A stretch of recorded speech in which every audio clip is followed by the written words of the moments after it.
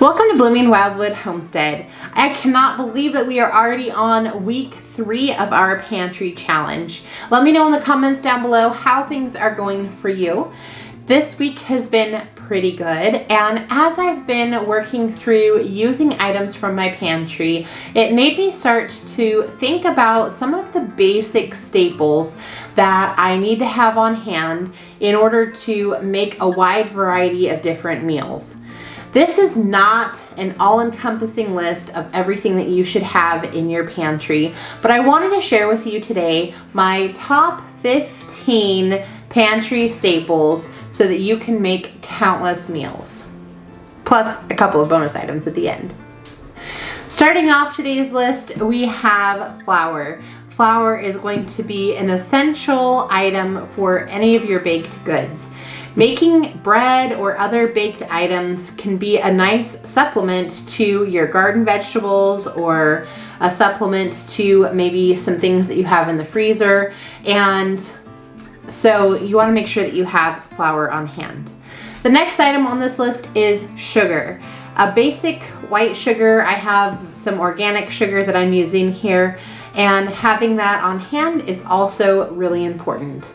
Going along with that, I added molasses. Now, some items might call for brown sugar, and my thought here is that if you have your basic white sugar, you can add molasses to that in order to make something similar to a brown sugar. You can use it in place of brown sugar.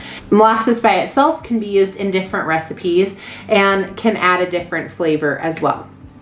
So molasses is on my list as number 3. The fourth item on this list would be sourdough starter or yeast.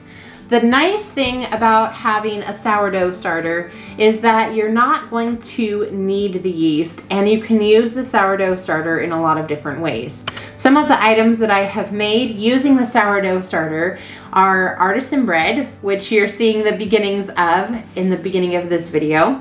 I've used it to make sourdough bagels. You can make English muffins, many different kinds of bread, not just the artisan bread that I'm showing you. You can use it for crackers, biscuits. I made blueberry muffins with it, and it just adds a nice flavor to those items and also takes the place of your yeast, so you don't have to worry about keeping a large quantity of yeast on hand. It can be a good idea to have both of those on hand just so that you have a little bit of yeast set aside in your pantry. But if you're using the sourdough starter, that really will take care of all your needs. The next item on this list is salt. Having a good quality salt on hand is good for both baking and for seasoning some of your main dishes or meats that you might be, meats and vegetables that you're putting in your crock pot or whatever kind of dishes you're making. The next item on this list is baking powder and baking soda. So I have listed both separately. Having baking powder is great for a lot of those baked items, but then baking soda can be used for a wide variety of things. Not only can you use it for cooking, but you can also use that to make a toothpaste. You can use it for cleaning purposes, and it just is a really good all-around staple to have on hand. The next item on this list is powdered milk or buttermilk. I do not generally keep a lot of milk on hand. Usually I use alternative milks, but sometimes in my recipes I just need a little bit of milk. Having the powdered milk on hand, it's a little more shelf stable, so it can last you longer, and you can use that to make some different kinds of baking mixes that are highly versatile and can be really used for a lot of things. If you have some of the basic staples, your flour, sugar, powdered milk, you're able to make a baking mix that can be used for a wide variety of baked goods. The next category on this list would be your fats. And here you can kind of choose what you're going to use and what's going to be most useful to you.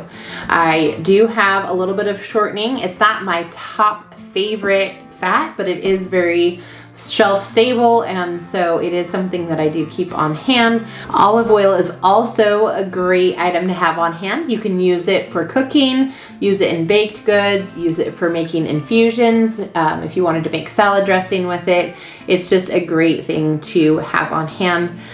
Coconut oil is another item that I like to keep on hand. It doesn't necessarily last as long as some of your other items, but again, it's very versatile. You can use it for making that toothpaste with your baking soda, or you can use it for cooking, baking, and other items as well. And then butter is something else that I have on this list that would need to be refrigerated, but it is definitely one of the fats that I like to keep on hand. Next up is rice. Having your rice can be a great filler and a great base for many different meals.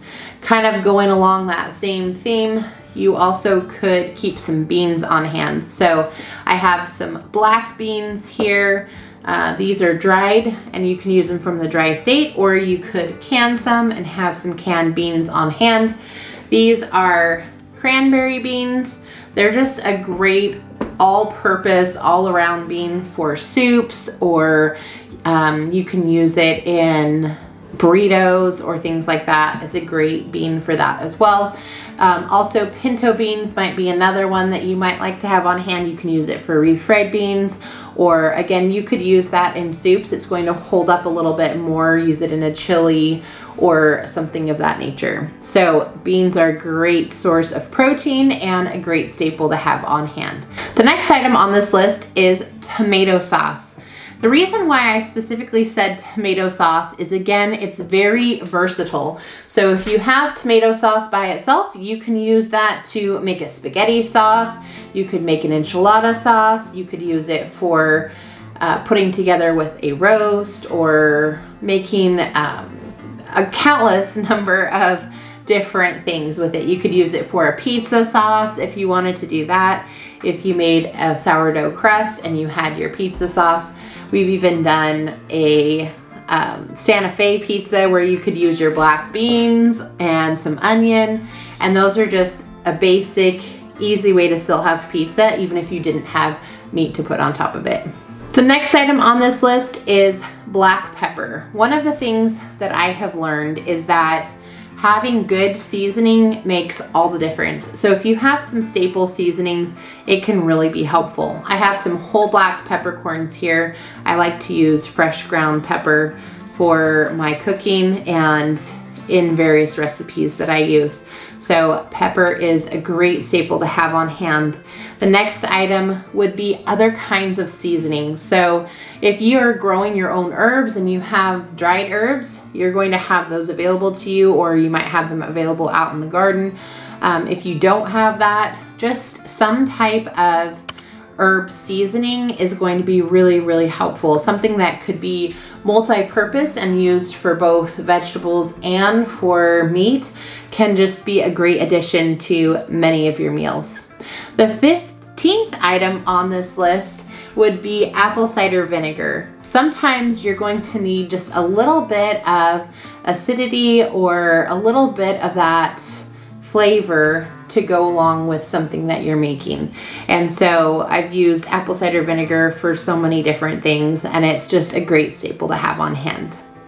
Now we're down to some of my bonus items. I didn't list these in the main section, but I really do think these items are things that will make life just a little bit more enjoyable. If you had nothing else, the staples that I've already shared will give you a lot of variety in meals, but adding these bonus items will make it even better. The first bonus item would be meat, either canned or frozen. If you are a meat eater, that's going to add a little bit of protein to your diet.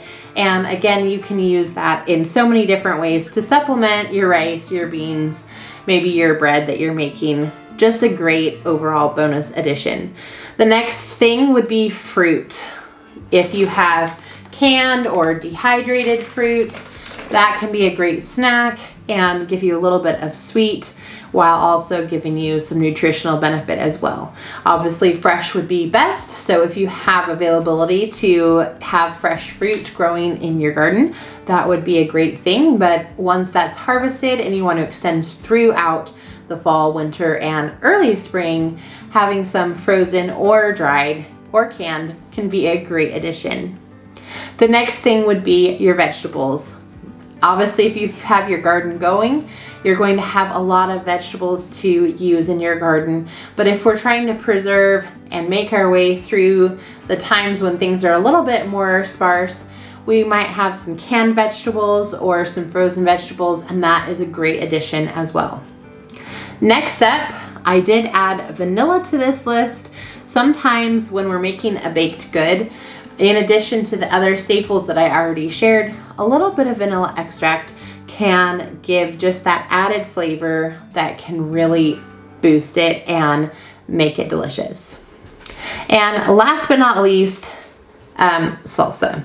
If you've watched my salsa canning video, you might know that I'm a little bit obsessed with salsa, but I do think that it can bring a lot of enjoyment to meals, and you really can't go wrong with it.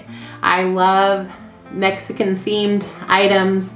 I also love being able to use salsa as a salad dressing in the summertime, making taco salads. It just adds a lot of versatility, and you get a lot of variety of canned vegetables all in one, while giving a little spice and zest. So those are my 15 top pantry items that everyone should have, and my additional bonus items. What are some things that you think a pantry should just not be without? What would you consider a staple? Maybe something that I didn't put on this list that you think would help to make a countless number of meals. While we know that there are a lot of things that we can add to our pantry and that we really want to have to make as many meals as possible and to make life enjoyable and have a wide variety of food, if you have just some basic staples to get started, it really can get you through. Let's keep the conversation going. If today's video was helpful to you, please don't forget to click like and subscribe, and I can't wait to see you back here next time. Bye everyone.